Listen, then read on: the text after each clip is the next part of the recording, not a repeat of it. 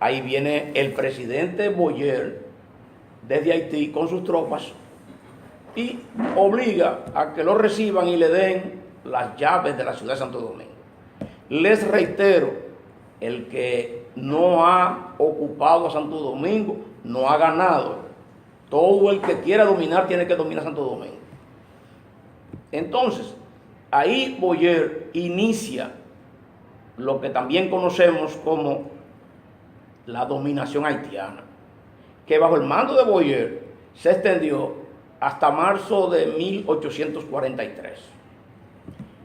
En marzo de 1843 derrocaron a Boyer los haitianos de Occidente, todos, hay otra más.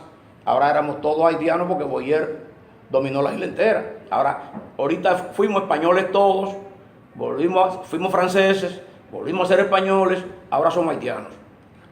Entonces, Boyer extendió su dominación hasta marzo de 1843. En 1843, él fue derrocado por el movimiento de la Reforma, que aunque tenía líderes supuestamente liberales, civiles, el que se conoce era el jefe de artillería del mismo gobierno de él y del ejército de él, que era el general Gerard. Decían uno de apodo Rivière Gerard.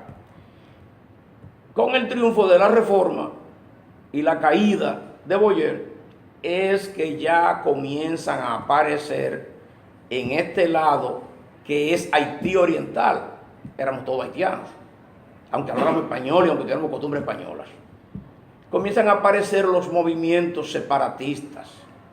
No se registra en tiempo de Boyer ningún movimiento separatista, aunque haya evidencia y expresiones orales, recuerdos orales, pero no hay documentación que antes hubiera algún movimiento de esos. Ya para el año 43 surge un movimiento separatista que pocos han conocido porque no se le ha instruido en eso, con asiento en las matas de Farfán. Y eso lo comandaba un señor llamado Francisco Pimentel, que había sido 2 veces diputado dentro de los gobiernos haitianos, pero la tendencia de Francisco Pimentel era pro-inglesa. De suerte que él le escribió al embajador, al cónsul inglés, y que se lo escribiera más para allá a la Cancillería inglesa, diciéndole que podíamos ser independientes, separarnos con la ayuda de ellos. Vamos a llamarle a eso, si se quiere, protección, no protectorado, protección. No, los ingleses no hicieron caso. Dejamos eso así. Después se verá que sí estaba en la cuenta de ellos, pero no hicieron caso. Viniendo desde la Mata de Farfán, llegamos a Asua, y en Asua hay otro movimiento separatista, esta vez encabezado por Báez, Buenaventura Báez, que porque ellos eran, él y 6 más que firmaron una solicitud de protección a Francia y se la dirigieron al cónsul de Francia en Haití Occidental, que era Levasseur. A ellos la historia le ha reconocido como afrancesados. Eso no prosperó. Perdonen, parece que hay una cuestión por ahí. Vamos a apagar todo esto. Entonces, estábamos en Asua y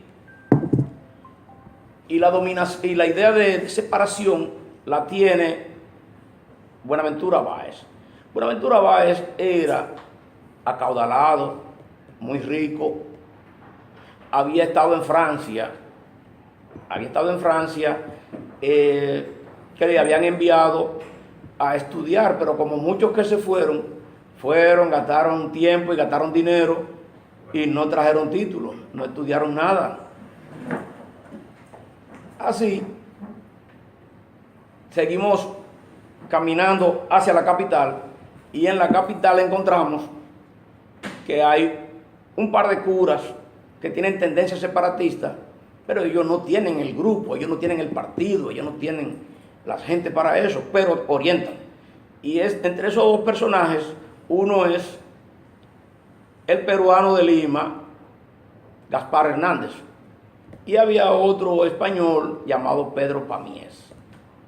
Pero coincidiendo con ellos dos, hay otro movimiento separatista en Puerto Plata que lo dirige el señor Antonio López Villanueva.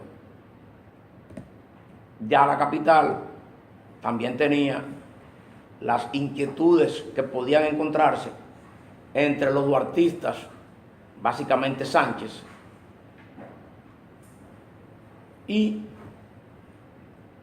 no se conoce, porque no le han dicho a nadie, que Tomás Bobadilla también tiene su movimiento separatista. Ese es el grande, ese es el caso.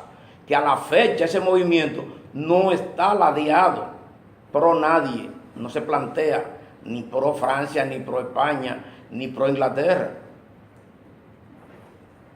Llegamos entonces a encontrar una carta del 15 de noviembre de 1843, donde Sánchez y Celestino Duarte le escriben a Juan Pablo Duarte, que está afuera, que aunque sea con el favor de una estrella del cielo, que mande unas armas y que venga y que la traiga. Todos sabemos que ni vino ni mandó. En esa carta se inicia lo que yo he desarrollado como la enemistad de Sánchez con Mella de antes de fundar la República. Fueron enemigos siempre. En esa carta se encuentra que le dicen un chismecito a Duarte. Dice Mella que va para allá, no te fíes de él, porque últimamente nos ha hecho mucho daño por su ciega ambición.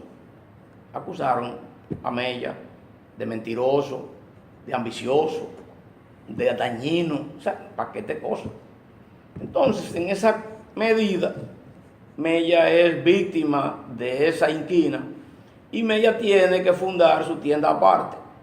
Los duartistas están divididos, señores. Mella por un lado, Sánchez por el otro. Mella descubre, se da cuenta que el movimiento separatista de Bobadilla es el que está en progreso, en desarrollo, y se adhiere. Y oigan qué fuerte es el asunto para Sánchez. Dice Roberto Casá. Y Sánchez negoció con Bobadilla. No fue que se adhirió, no, negoció. Y negociar implica ceder, porque negocio es dar y recibir. Un trueque, un toma y daca, dicen. Entonces, esa es la prueba de que los duartistas y los otros movimientos derrotados se adhirieron a Tomás Bobadilla y su movimiento emancipador. La enemistad de Sánchez contra Mella trasciende la creación de la República. Y la noche del 27 de febrero, Sánchez no aparece ni en el Trabucazo ni en la Puerta del Conde. Ya eso está demostrado, analizado, Sánchez no apareció. Entonces Bobadilla es, que tampoco la historia le ha dicho a ninguno de nosotros, y a mí también, Bobadilla es quien convoca para la Puerta de la Misericordia. Nunca han dicho quién convocó para la Puerta de la Misericordia. Si Sánchez aparece el día 28, si Duarte no estaba, y si con Duarte andaban Pina y Pérez, ¿quién convocó para la Puerta de la Misericordia? Entonces, vamos a verlo de otra manera. La ciudad, que era la ciudad colonial de hoy, era un asunto con calles de tierra, algunos ranchos hasta de yagua. No hay energía eléctrica, no hay comunicación, no hay televisión, no hay forma de nada. Pues la gente entonces, como decíamos en los campos, se acuesta con las gallinas. Ni celulares. Mucho menos, ingeniero. Eran casi las 8 de la noche y ya la gente estaba roncando. Entonces, ¿cómo la gente deja su sueño para irse a una esquina de la ciudad, que es lo más alejado y lo más oscuro y lo más peligroso, que era la Puerta de la Misericordia, cerca de donde estaba también el matadero? Por eso muchos le dicen que era para el matadero que iba. y dejar su sueño para enfrentar a un gobierno que está duro, era Gerard, estaba duro. Tenía que haber un gran poder de convocatoria. ¿Quién convocó para la Puerta de la Misericordia? Ya está analizado, está establecido que fue Tomás Bobadilla. Fue de Tomás Bobadilla la idea de ir de la Puerta de la Misericordia al Baluarte del Conde. ¿Por qué? Porque en el Baluarte del Conde había las pocas armas que tenían los haitianos en un arsenal y había también la poca cantidad de pólvora para los fines. Hasta ahora, Bobadilla entonces es quien proclama la independencia la noche del 27 de febrero, en ausencia de Duarte, ausencia de Pina, ausencia de Pérez y ausencia de Sánchez. A ninguno nos han dicho qué pasó el 28 de febrero. A nadie le dicen qué pasó el 28 de febrero, nadie sabe. Pues el 28 de febrero, Bobadilla, ya en calidad de presidente de la Junta Gubernativa, le llegó la información de que en la parte este, de aquel lado del río, en una población que se llamaba Monte Grande, que podía estar ubicada en lo que hoy puede ser Jainamosa, Los Trinitarios, el 9, Los Solares, Invivienda, eso por ahí.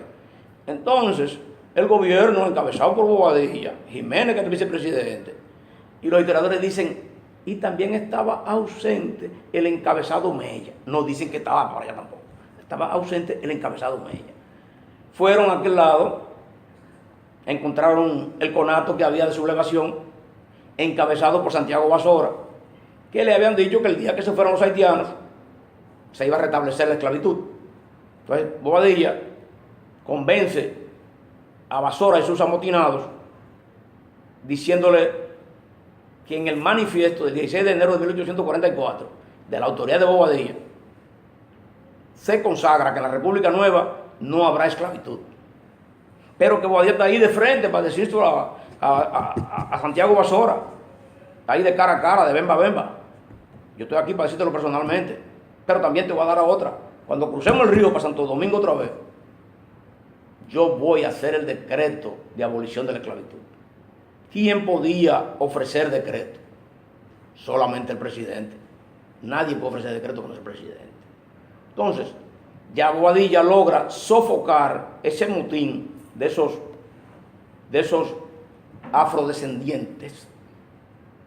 Y la patria está en deuda con Bobadilla porque no se ha valorado cuánto significa y significó haber neutralizado ese conato que le evitó a la República nacida de ayer la lucha en el frente interno cuando se esperaban las invasiones de los haitianos.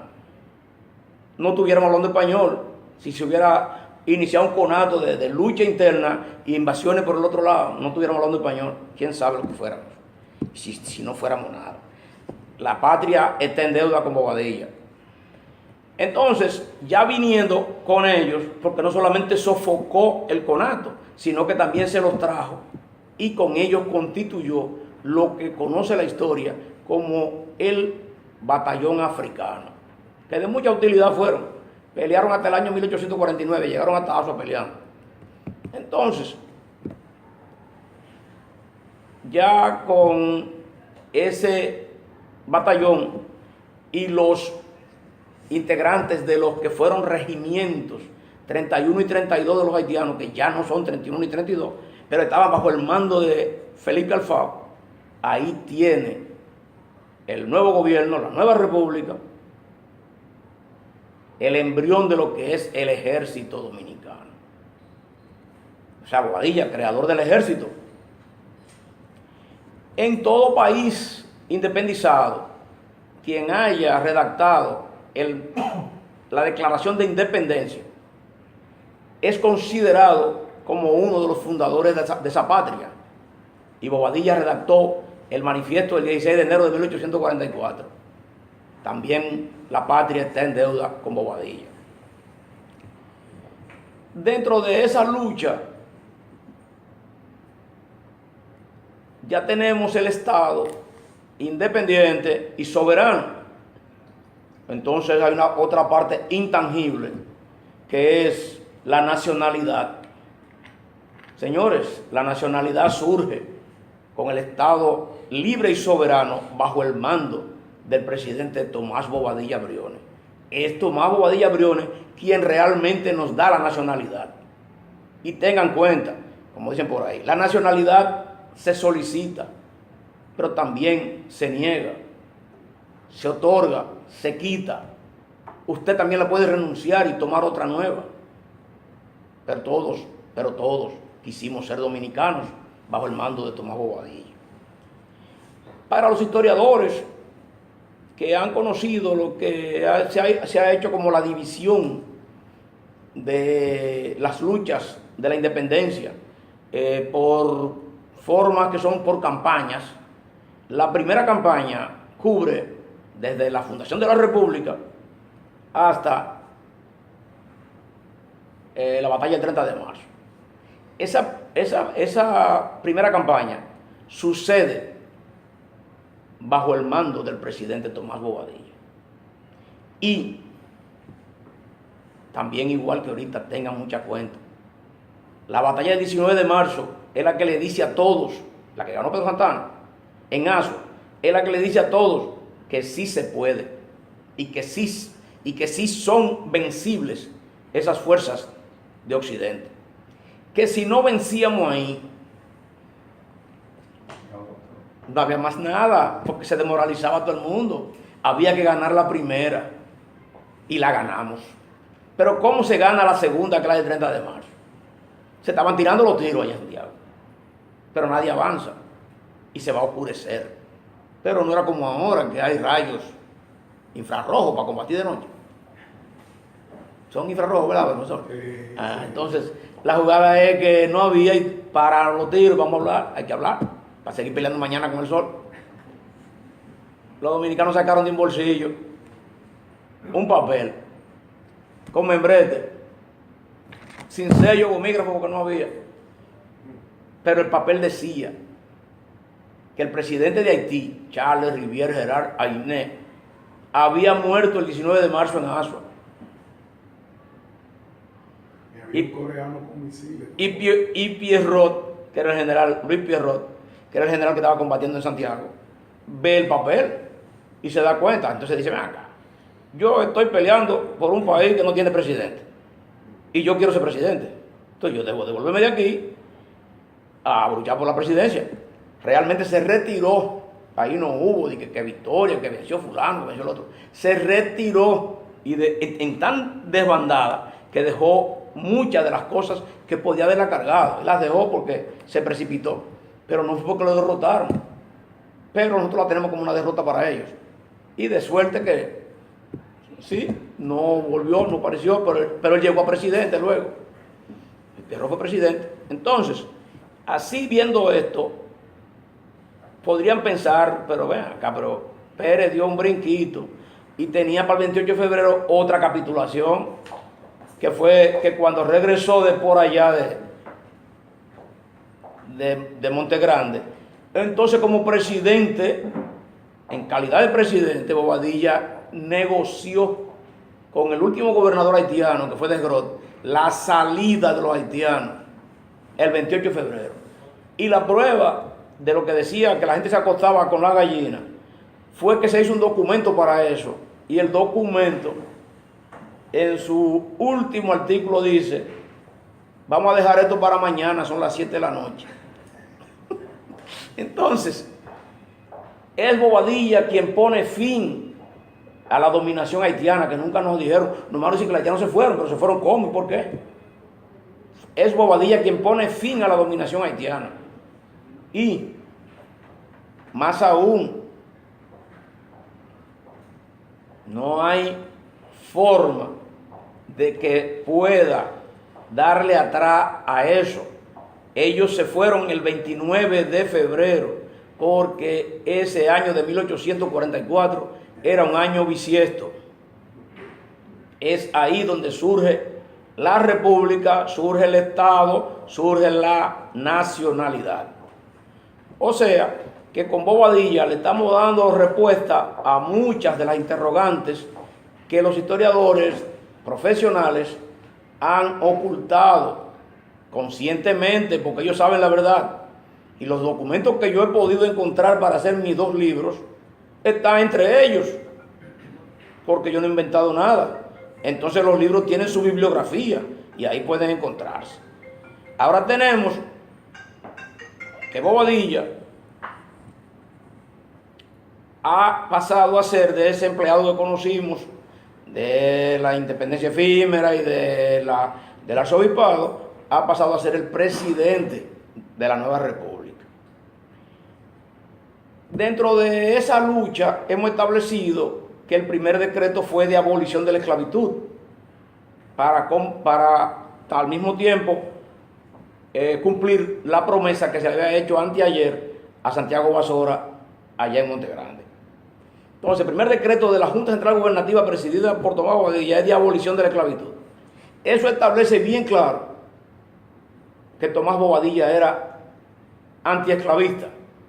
Cualquiera podía ser antiesclavista, pero abolicionista él solo.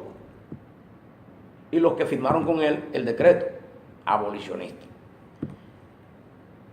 En ese caso, pasamos entonces a ver a Tomás Bobadilla no como lo han considerado,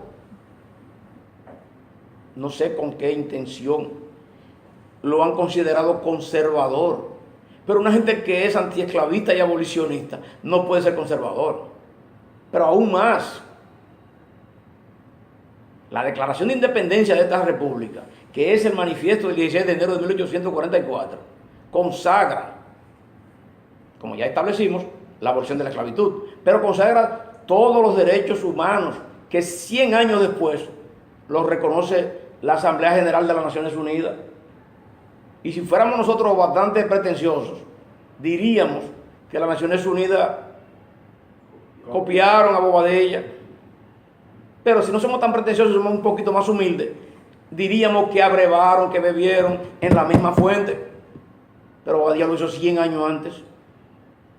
Había que tener, como diría otra gente por ahí, ver más allá de la curva para poder mantener esa vigencia que es todavía la gran obra de Bobadilla, que es hoy la República Dominicana. El segundo decreto de la Junta Central Gubernativa es mandar a buscar a Duarte. ¿Y de qué manera? La distinción que tiene Bobadilla para con Duarte. La goleta Leonor era, la similitud para este tiempo es un carro taxi. Un carro que usted tiene y usted se lo da a un chofer para que vaya a taxiar por ahí y le dé un diario a usted y mantenga el carro. Esa goleta era de cabotear, de cabo en cabo, caboteando en la orilla del mar. Y en eso tiene un encargado, un capitancito, y tiene una tripulación. Entonces la Junta Central Gubernativa le dice al dueño de la cuestión esa, que era Abraham Cohen: te fleto la goleta. Sí, pero yo no quiero tu capitán, yo tengo un capitán para eso, que es de la revolución mía, de la revolución nueva. Ese capitán es Juan Alejandro Acosta. Pero yo no quiero la tripulación que tú tienes ahí para subir y bajar la carga. Yo tengo mi tripulación y entre esa tripulación va el sobrino de Duarte, que es Enrique Duarte Villeta, hijo del hermano Duarte.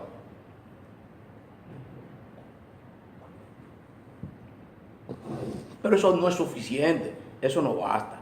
La distinción grande está en que se le comunica a Duarte por escrito, documento oficial, de que ya puede venir porque la república ha sido proclamada la noche del 27 de febrero. Esa información la recibe Duarte en Curazao el 7, el 8 de marzo. Yo no podía aclararla bien, pero todos podemos sí confirmar que el viaje en goleta, que era a vela de viento, de aquí a Curazao son 6 días, y de regreso son 6 días también. O sea que se fue de aquí el día 2, el día 8 fue que lo recibió. Y eso hace que regresen y llegan aquí el 14 de marzo por la noche.